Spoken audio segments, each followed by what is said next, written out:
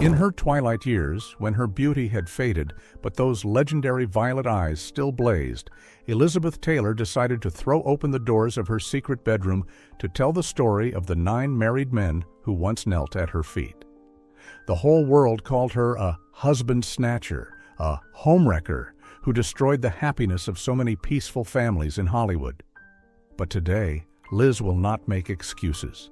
She will show you the naked truth behind those sensational headlines of yesteryear. You think the scandal of stealing her best friend Debbie Reynolds' husband was the peak of cruelty? That was actually just a gentle prelude. Wait until she unveils the secret of the fateful night that made the Godfather Frank Sinatra want to cast aside all his power, or the sick jealousy of Rod Steiger that left bruises on her flesh. And there are names that will make you shudder. A dignified intellectual director, an addicted bad boy, and even her own husband's sworn enemy. This is not a list of sins, but a proud manifesto of the most desired woman of the 20th century. Take a deep breath and step into the world of Elizabeth Taylor, where love is a hunt and morality is secondary to the power of lust. Are you ready to hear the confession from the violet eyes? Eddie Fisher, the fatal stab in the back of a best friend. The pale yellow afternoon sunlight of Bel Air filtered through the heavy velvet curtains, casting light onto the glass cabinets displaying Elizabeth Taylor's priceless jewelry collection.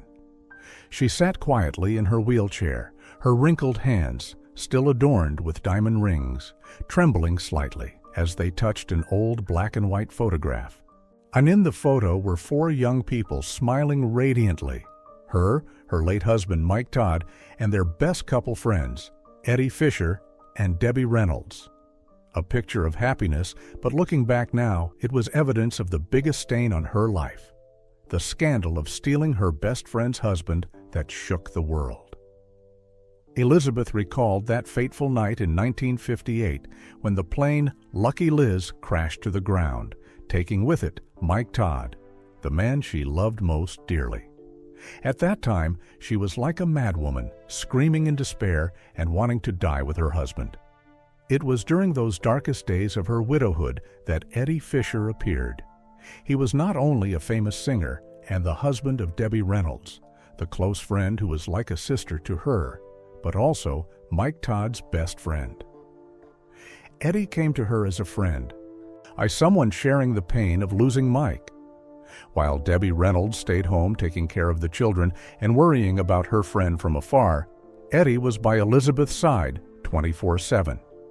In the room filled with the scent of white lilies from the funeral, the line between comfort and lust was blurred before they knew it. Elizabeth confessed to herself that she was too weak and lonely at that time.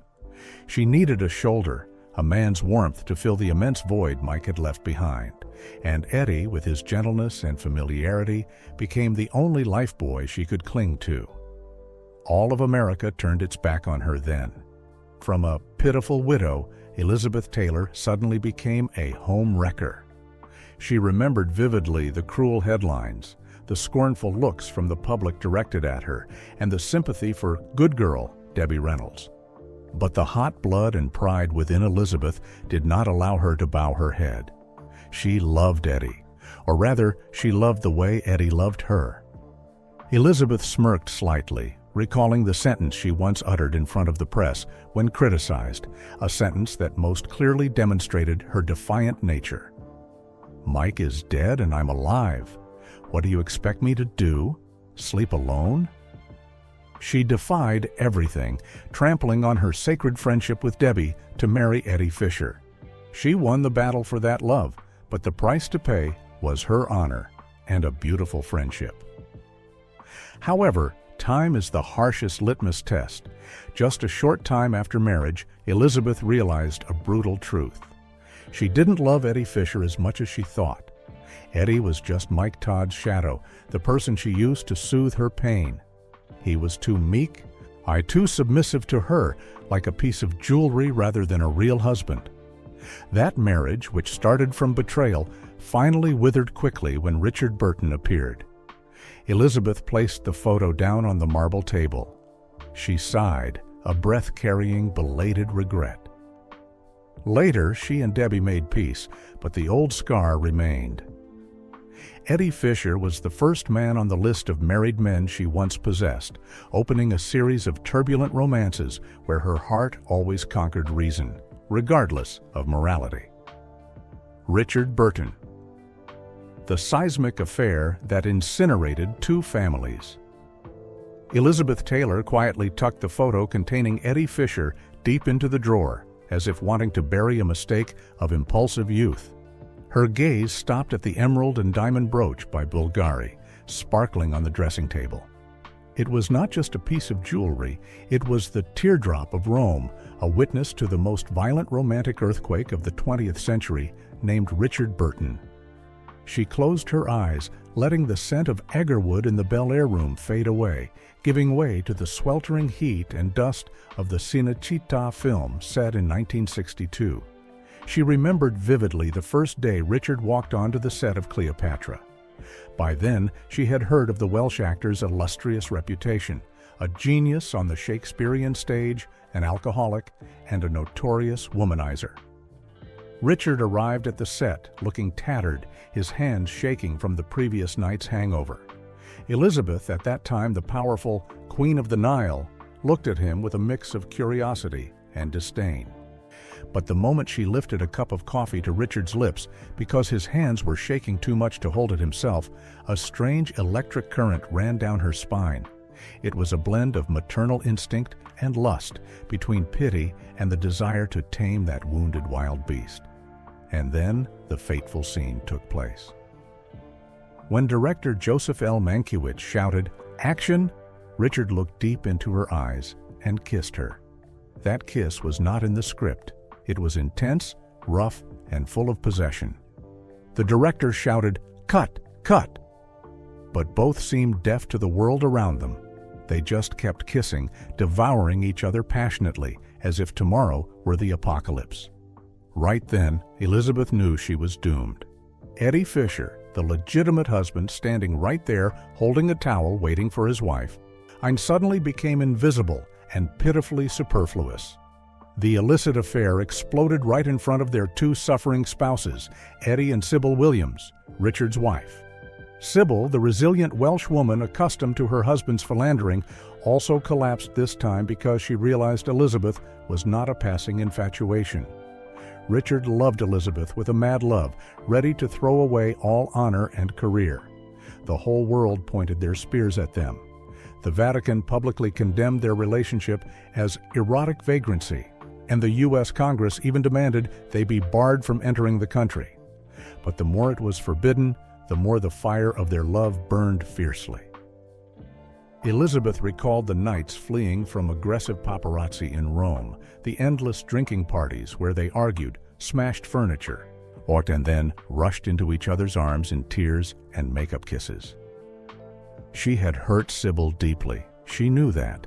But standing before Richard Burton, the man with a voice like thunder and a soul as deep as the ocean, Elizabeth's reason was completely paralyzed. She accepted the title of the most loose woman in the world, just to be the lover, and later the wife, of the only man strong enough to tame her wild heart. The emerald brooch still lay there, cold and haughty, but the memory of Richard remained as hot as if it were yesterday, a sweet scar that Elizabeth vowed to carry until the end of her life. Frank Sinatra. The powerful tycoon and the brutal rejection. The melancholic jazz music from the vintage turntable slowly spread throughout the large room in Bel Air. Frank Sinatra's voice, smooth as velvet, was crooning the melody of My Way.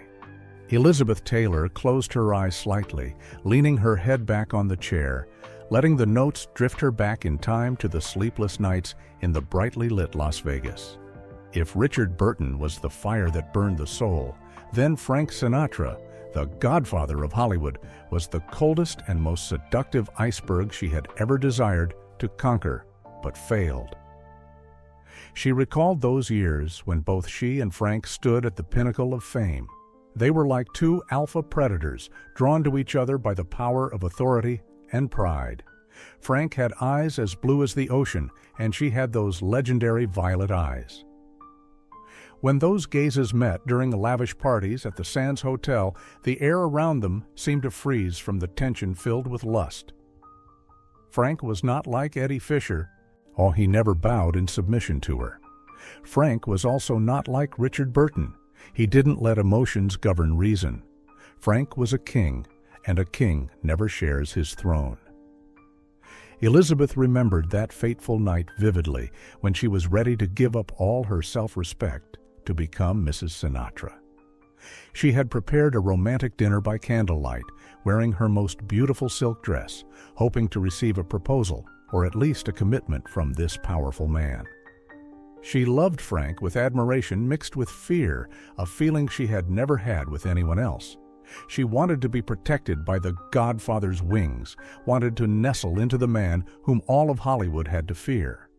But Frank arrived, drank his familiar glass of Jack Daniels, and looked at her with eyes that pierced through her soul. There was no proposal. Frank, with the cruelty and decisiveness of a leader, told her that he could not belong to anyone, and certainly could not become the nth husband in her collection.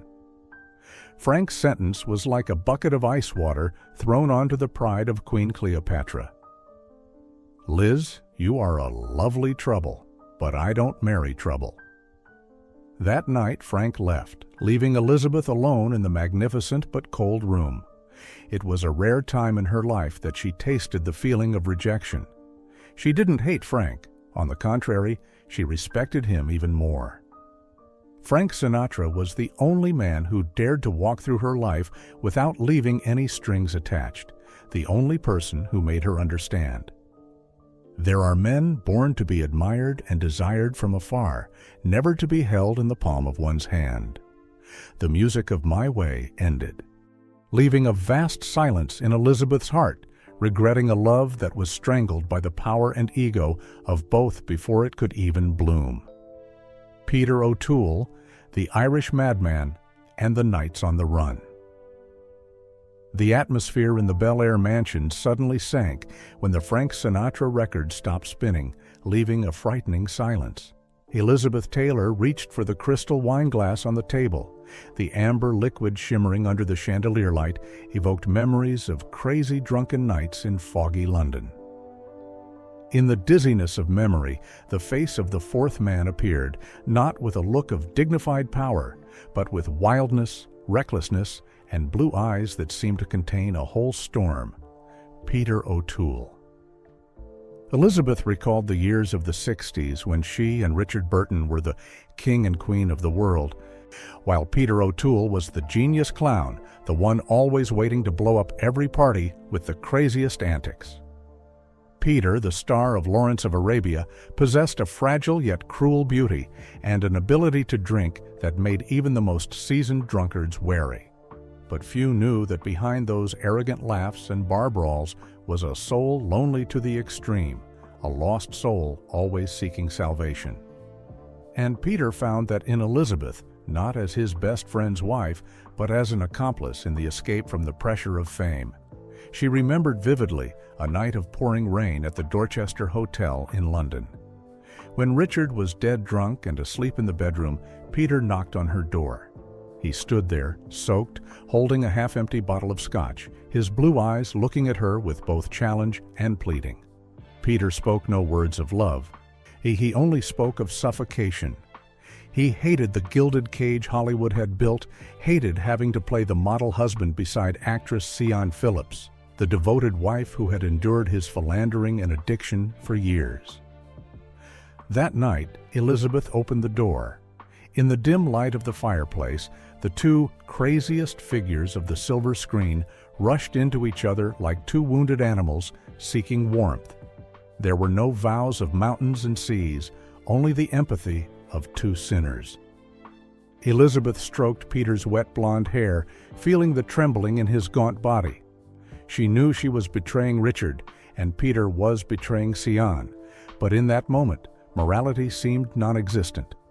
They drank, they laughed in the face of the fake world out there, and they found a strange peace in each other amidst the chaotic storm. Now, Peter O'Toole was a toxic wind, coming and going, leaving devastation, but also enchantment. Elizabeth recalled Peter's bitter confession the next morning as he looked in the mirror and adjusted his crumpled shirt collar. "Liz, we are pitiful monsters, gilded for people to admire." That sentence haunted her for life. Peter never left his wife for her, and she never left Richard for Peter. They were just lovers in the shadows, people sharing a common pain named fame. Elizabeth put the glass down. The sound of the coaster hitting the cold stone table pulled her back to reality. Peter O'Toole was now among the ancients, taking the secret of those wild London nights to the grave. She sighed softly, a bit of remorse creeping into her heart when thinking of Sion Phillips, the woman who had to live her whole life in the shadow of her husband and rumored lovers like her. But if she could choose again, perhaps Elizabeth would still open that hotel room door that night, because only beside the madman, Peter O'Toole, did she feel she was not alone in this glamorous but cruel world. Joseph L. Mankiewicz, the respected director, and a moment of weakness. The sound of the crystal glass hitting the cold stone table seemed to wake Elizabeth Taylor from the stupor of foggy London. She shuddered slightly, pulling her fur shawl up a bit higher, her eyes gazing aimlessly out the window of the Bel Air villa, where the afternoon sun was fading, giving way to the night. The memory of the wild Peter O'Toole passed, leaving a silent but deeper void, now taking her back to the sweltering heat and dust of the Cinecittà, set in 1962.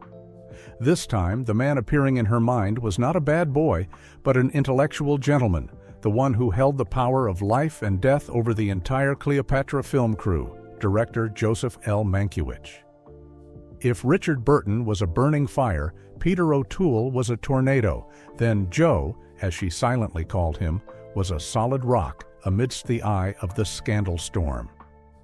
He was the wisest, most elegant man Elizabeth had ever met, possessing the genius mind that created cinematic masterpieces.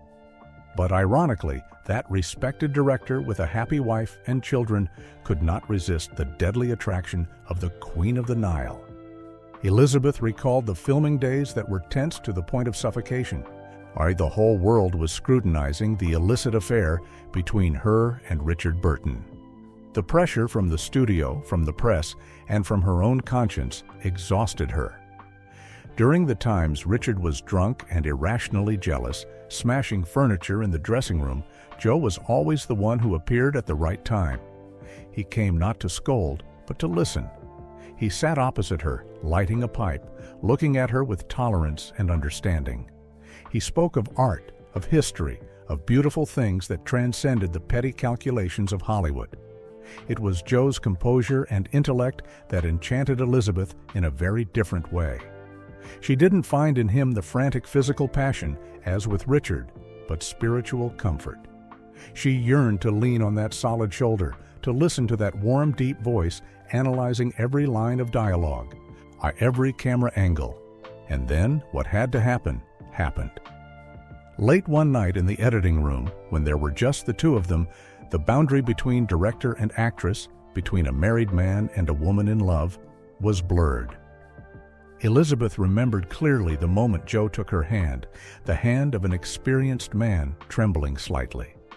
He confessed that he had loved her from the first sight, loved the way she acted by instinct, loved even the fragility hidden behind the proud exterior. He was ready to trade his illustrious career, his peaceful family, to be with her. But Elizabeth, with the unintentional cruelty of a woman desired by too many, realized that Joe was too good to be swept into the chaotic vortex of her life.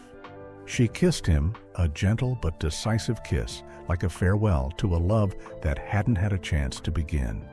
Joe Mankiewicz later left her life as quietly as he had entered. He returned to his wife and children, continuing to make films for the ages, but the look in his eyes when watching her on set in the days that followed always contained a deep sadness.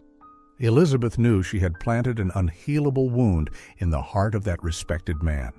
She had selfishly kept his admiration for herself, but could not return a complete love to him. In this quiet, dark night, Elizabeth sighed softly, whispering a belated apology to Joe, the only man who loved her with absolute respect, not with vulgar possession. Stanley Baker, sweet revenge, right under the husband's nose. Night had completely fallen outside the Bel Air mansion, leaving only the yellow light casting upon the walls hung with precious art. Elizabeth Taylor shuddered slightly. Not from the cold, but because a hot and thorny memory just rushed in. She reached for a pack of cigarettes, even though the doctor had strictly forbidden it. But in the moment of recalling this sixth man, she needed a little smoke to calm her heart rate, which was beating fast from the excitement of a dangerous game. That person was Stanley Baker, Richard Burton's sworn enemy, and also the secret lover who gave her the sweetest feeling of revenge. Elizabeth recalled the years living with Richard. Their love was a true battlefield. Richard loved her madly, but the ego of that Welshman was too big. He was arrogant, philandering, and always thought he was the only lion in this territory. He flirted with young girls right in front of her face, used harsh words to provoke her during his drunken stupors. But Elizabeth was not a woman to sit and cry in the bathroom. She was Elizabeth Taylor, and she knew how to make Richard hurt in the most vulnerable spot: a man's pride. That was the reason Stanley Baker entered her life. Stanley was also a Welsh actor, also talented, also masculine and gritty, no less than Richard. But the most important thing was, Richard hated Stanley bitterly.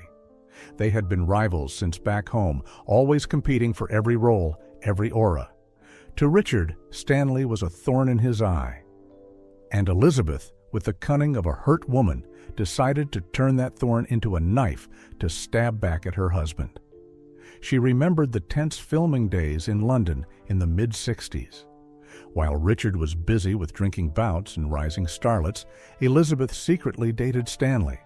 Stanley had a wife and children then too, but the attraction of cuckolding his arch-nemesis Richard Burton was too great for him to refuse. They met in discreet cars parked in hidden corners of the film set or in shabby apartments no one would suspect. No candles, no flowers, only haste, roughness, and a feeling of extreme gloating. Every time she lay in Stanley's firm arms, Elizabeth didn't seek eternal love. She sought the satisfaction of imagining Richard's face distorted with jealousy if he knew the truth. Stanley understood that too. Between them was a tacit, unspoken agreement. Both were using each other to attack Richard Burton's throne. Stanley wanted to prove he could possess the woman Richard considered a treasure, and Elizabeth wanted to prove she was not an object for Richard to treat however he pleased. Elizabeth took a long drag of the cigarette, blowing smoke into the hazy air. She recalled Stanley's triumphant look every time he encountered Richard after those illicit meetings. It was the look of a silent winner. Although this affair only took place in the shadows and ended quickly when Richard began to suspect and threw a tantrum, for Elizabeth, it was one of the best performances of her life. She used betrayal itself to regain attention and respect from the husband she loved most. Stanley Baker returned to his wife, and she continued her turbulent marriage with Richard, but the secret of those revenge nights always remained a sweet scar she kept hidden in her heart. Proof that, when a woman loves too much, she can become incredibly cruel. Ivan Moffett. The arms of guilty comfort in a night of mourning. The smoke from the cigarette in Elizabeth Taylor's hand had not yet dissipated, floating lazily up to the ceiling, drawing strange shapes in the quiet space of the Bel Air mansion. She looked at that milky white smoke, and suddenly the scent of luxurious perfume in the room seemed to be replaced by the smell of dry earth, the smell of burnt grass, and the stifling heat of Marfa, Texas. The memory drifted her back to 1955, the time of filming Giant, where she experienced the greatest pain of her life and found comfort in the arms of an intellectual married man, Ivan Moffett. Those were the days when the name Elizabeth Taylor was not yet associated with global sex scandals, but her heart had begun to bleed. See, she remembered her co-star James Dean, her beloved Jimmy. They had been as close as siblings, sharing every secret under the vast Texas sky. But then, the fateful afternoon of September 30th, 1955, struck like a nightmare. The news of Jimmy dying in a horrific car accident caused Elizabeth to collapse completely. She screamed, smashed things, and refused to eat or drink, feeling as if a part of her soul had also died with Jimmy on that cold highway. It was while she was struggling in the abyss of despair that Ivan Moffett appeared. He was not a star actor, but a screenwriter, a British gentleman with an elegant appearance and sharp intellect, the grandson of a baron. Ivan was a man of words, of sophistication, quite different from the roughness of the cowboys around them. He came to her tent, spoke no empty cliches, but just sat there quietly, poured her a glass of wine, and let her cry until his shirt shoulder was soaked. Elizabeth recalled the feeling of guilt mixed with desire when she leaned her head on Ivan's chest that night. She knew well Ivan had a wife, a woman waiting for him in distant London. But the pain of loss was so great it made her selfish. She needed warmth, a strong heartbeat beside her to remind her that she was still alive, that death could not yet touch her. Ivan, with the weakness of a man before Elizabeth's beauty in extreme suffering, could not hold the moral line. That night in the cramped hotel room in Marfa, they came together not out of vulgar carnal lust, but out of desperation. Elizabeth clung to Ivan like a drowning person clutching driftwood, seeking oblivion in kisses, salty with tears. She wanted Ivan to tell stories, wanted to hear his warm, deep voice to drown out the sound of screeching brakes in her head every time she closed her eyes. Ivan became her only painkiller, a temporary harbor amidst the storm of fate. Elizabeth stubbed out the cigarette in the crystal ashtray, her eyes becoming distant. The affair with Ivan Moffett ended as soon as the movie wrapped. He returned to his life, and she continued to rush into new marriages to fill the void. But she never forgot Ivan. He was the man who taught her a bitter but true lesson. Sometimes people have affairs not because they stop loving the person at home, but because they need a stranger's hand to pull them out of the swamp of pain that their loved ones cannot touch. Ivan was the saddest secret, but also the gentlest salvation in her turbulent years of youth. Max Lerner, The Public and Cruel Intellectual Affair. The smell of cigarette smoke still lingered in the quiet space of the Bel Air mansion, but Elizabeth Taylor no longer had the mind to care about it. She reached for an old book lying on the nightstand shelf, the cover worn and torn, but the dedication inside still clear. It was a gift from the 8th man on the list of her sinful romantic adventures.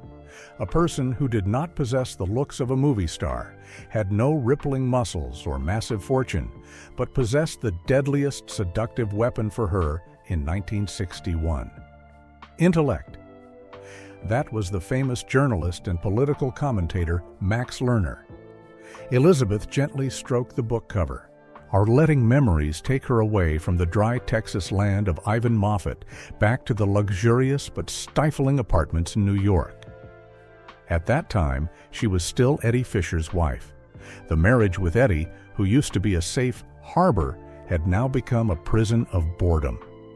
Eddie loved her, submitted to her like a queen, but he was too simple, too predictable. Elizabeth felt suffocated in that insipid pampering.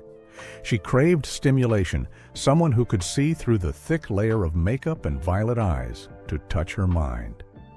And Max Lerner appeared like a shower watering her dry soul. Max was nearly 60 then, a sharp pen of the New York Post, and of course he had a family. Max's appearance was nothing special. He was short, wore thick glasses, and dressed sloppily. If placed next to old lovers like Richard Burton or Frank Sinatra, Max was completely outmatched. But when he opened his mouth to speak, Elizabeth was completely hypnotized. She recalled the afternoons Max came to visit her at the hotel. While Eddie Fisher sat huddled in a corner, helplessly watching his wife engrossed in conversation with another man, Elizabeth and Max got lost in a world of their own. They didn't talk about movie scripts, didn't talk about box office revenue or cheap rumors. Max spoke to her about politics, philosophy, psychology. He was the first man not to stare at her chest, but look straight into her eyes and asked what she thought about the world. Elizabeth remembered vividly that feeling of being respected. All her life she was considered by Hollywood as a doll that can act, a hollow sex symbol. But beside Max, she felt wise and valuable. Max seduced her not with vulgar physical touches, but with the caress of words. She had an affair right under her husband's nose, a public and cruel intellectual affair. Eddie Fisher knew it, but he couldn't be jealous of a genius mind. He only knew to suffer in silence, watching his wife brighten up every time teacher Max appeared. Once Max took her hand, looked deep into her eyes, and said a sentence that made Elizabeth's heart tremble. "Liz, your greatest tragedy is that everyone is busy looking at you and forgets to listen to you." That sentence completely knocked down her final defense wall. Although this relationship didn't last long and wasn't too noisy in the press like with Richard Burton, for Elizabeth, Max Lerner was a special lover. He was the one who taught her that a man's seduction lies not in appearance, but in the ability to make a woman feel smarter. Elizabeth closed the book, smiling gratefully at Max, the married man who still reserved for her a small, solemn corner in his heart full of words. Rod Steiger. The Jealous Rage and Violent Possession. Max Lerner's old book was placed gently by Elizabeth Taylor onto the marble table. The sound of the cover hitting the stone rang out dryly in the silence of the Bel Air villa. Outside, night had completely engulfed the scene, swallowing the tall palm trees into darkness. Elizabeth felt a chill run down her spine, not because the temperature dropped, but because the memory of the last man on this list of adulterers brought a feeling both frightening and mesmerizing. That was Rod Steiger, a Category 12 storm passing through her life, leaving behind fragmented but razor-sharp pieces. If Max Lerner was the caress of intellect, then Rod Steiger was the punch of instinct. Elizabeth recalled the early years of the 60s when she was at the peak of beauty and power, but inside was a chaotic mess of emotions. Rod wasn't handsome in the romantic way like Montgomery Clift, nor dashing like Richard Burton. He had a rough appearance, small but razor-sharp eyes, and a method acting style that made people shudder. Rod had a wife, the talented actress Claire Bloom, but that didn't stop the beast in him from rushing towards Elizabeth. She remembered vividly the fateful meeting at a private party in Hollywood Hills. Rod walked up to her, speaking no empty, flirtatious words. He stared at her, his gaze seeming to want to strip away every layer of the haughty shell she had painstakingly built. Rod didn't consider her the Queen of Hollywood. He considered her a woman yearning to be liberated from her own golden cage. That masculine rudeness excited Elizabeth. She was sick of polite gentlemen always saying yes ma'am in front of her. She wanted a man who dared to hold the reins of the wild horse within her, and Rod was that person. The illicit affair happened in a flash, but was as violent as a nuclear explosion. Rod loved her with manic possession. He was jealous of her past, jealous of even her roles. There were nights Rod gripped her wrist until it bruised, screaming that she belonged to no one else but him. Elizabeth was both afraid and excited by that wildness. She felt she was living on the mouth of a volcano where the line between pleasure and destruction was as thin as a thread. But then, it was that suffocating possession that killed the relationship. Rod wanted her to give up everything to become his own woman, while Elizabeth was born to belong to the public. She recalled the last evening when Rod smashed a wine glass against the wall, glass shards flying everywhere like their wrong love. He looked at her with fiery eyes one last time, then turned and walked away, returning to the wife waiting at home, leaving Elizabeth alone amidst the ruins. Rod Steiger was a mistake, she admitted. But it was a necessary mistake for her to realize her limits. She could not be imprisoned, even by the most intense love.